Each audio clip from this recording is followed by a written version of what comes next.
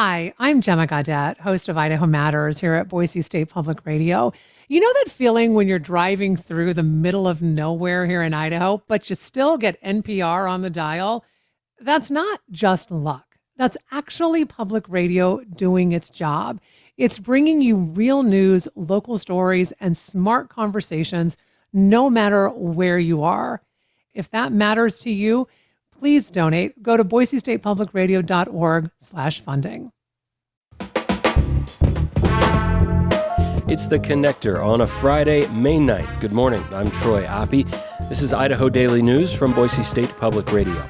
This morning, Idaho's 116th Cavalry Brigade, the Idaho Air National Guard unit, will undergo changes mandated by the U.S. Secretary of Defense, plus a new policy on personal devices like cell phones in Boise Schools being considered by the District Board of Trustees, and a brewing fight over the sale of public lands across our region.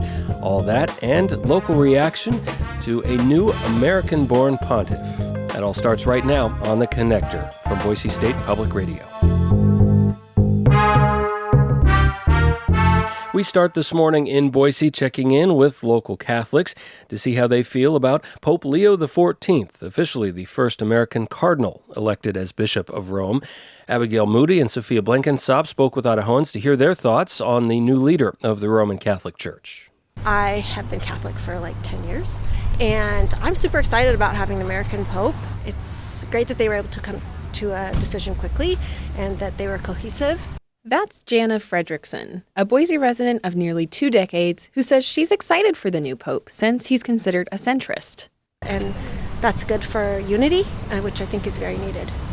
Deacon Scott Pearhill, the director of communications for the Boise Diocese, says in the first papal address, the Pope mentions several times a theme of unity and continuing the work of Pope Francis, which means working in synodality.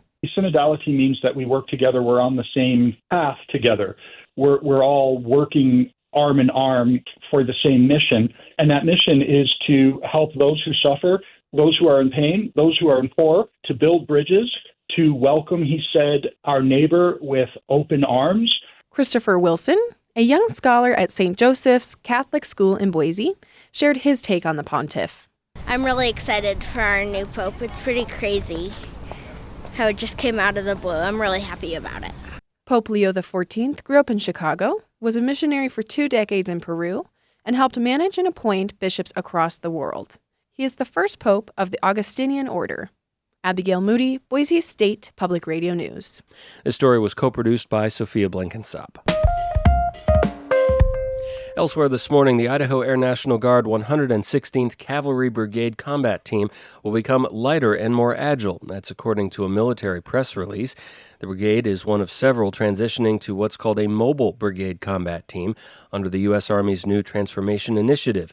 That initiative, dated April 30th from U.S. Secretary of Defense Pete Hegseth, orders the U.S. Army to reevaluate all current requirements, eliminate unnecessary ones, and increase, quote, lethality among the ranks. The Idaho 116th is one of the first 3 armored brigade combat teams in the reserve forces to make the change. In a statement, Idaho Governor Brad Little called the change, quote, a testament to their ability to evolve, innovate, and remain at the forefront of national defense. The Idaho 116th has deployed twice in the last 4 years, in 2021 and 2023, both times to meet needs in Asia.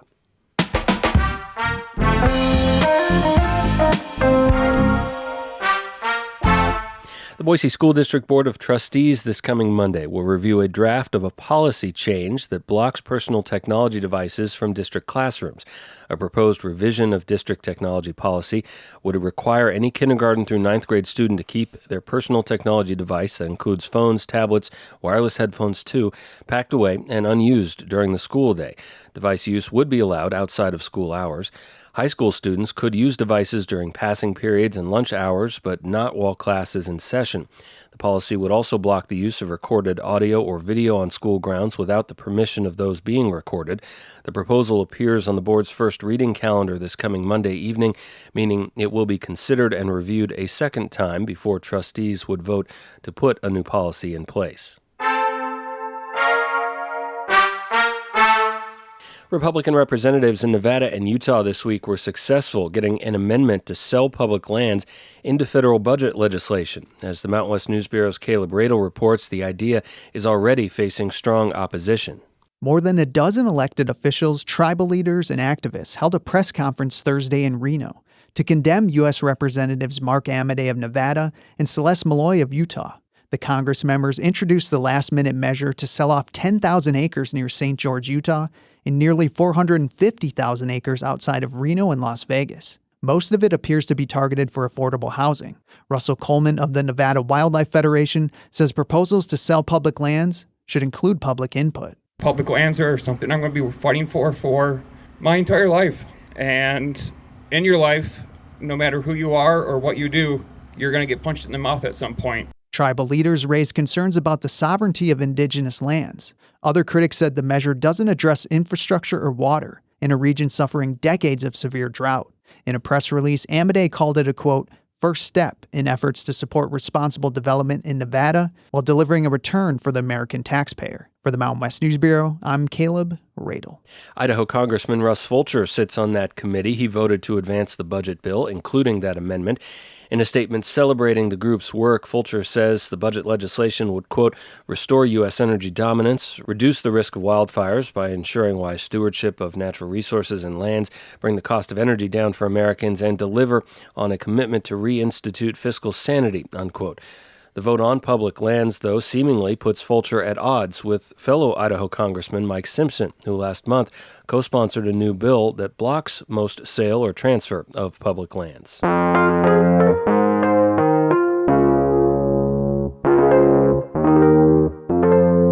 Federal forecasters are warning that this year's fire season could be very active across much of our region this July and August. The Mountain West News Bureau's Murphy Woodhouse has details.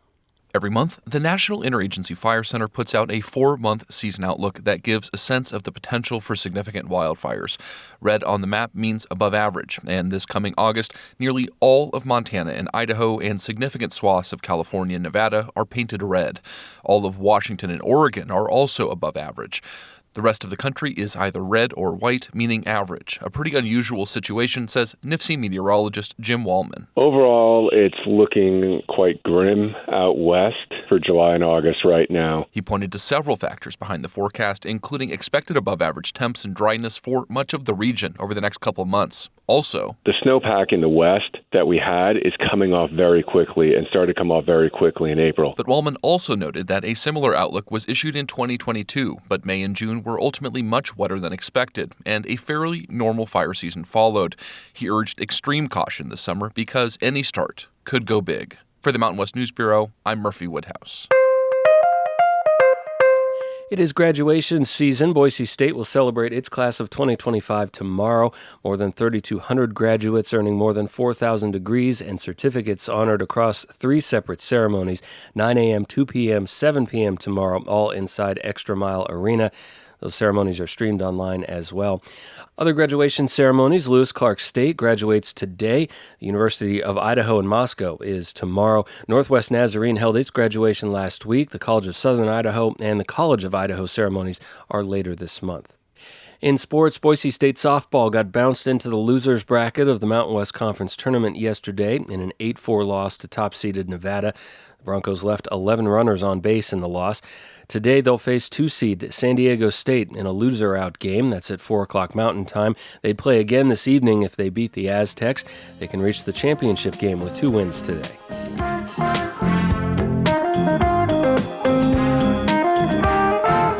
Thanks for listening to The Connector, Idaho Daily News from Boise State Public Radio. Like and subscribe. That helps other people find this podcast, too. I'm Troy Oppie. Our news director is Sasha Woodruff. Our digital strategy manager is Lacey Daly. Our general manager is Tom Michael. Make it a great Friday and have a great weekend.